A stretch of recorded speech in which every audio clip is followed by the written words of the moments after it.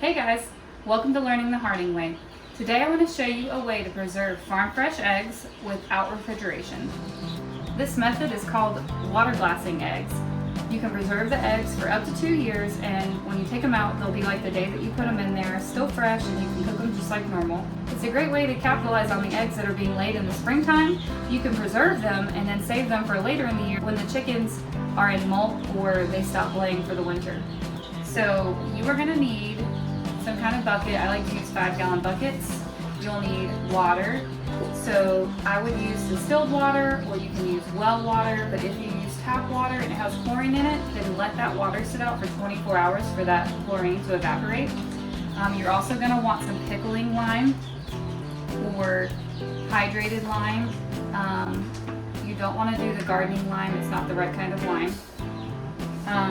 And then I like to measure my water out with mason jars. It's just an easy way because you're going to do it by quarts. For every 1 quart that you do of water, you want to do a quart of pickling lime.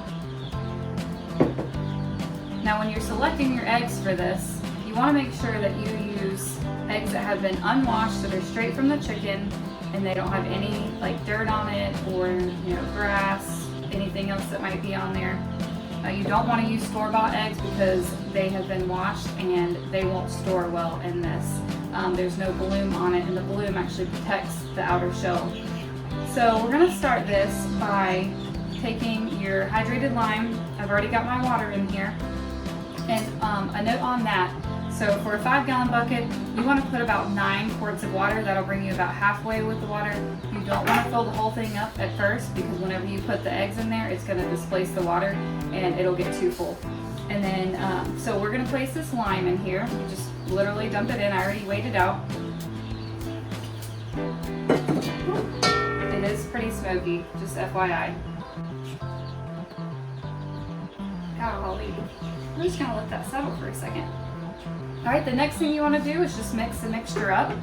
The lime is not going to dissolve in the water, and that's totally fine. In fact, you'll notice over time the lime settles down to the bottom, but don't worry about trying to stir it up or anything. Once you get the eggs in there, you really want to leave this whole container alone. You don't want to try and stir it up if you see the lime settling down to the bottom. I really like to go ahead and place this with the water and the lime already in it in like a closet or something that's close by. It's going to be easy to access.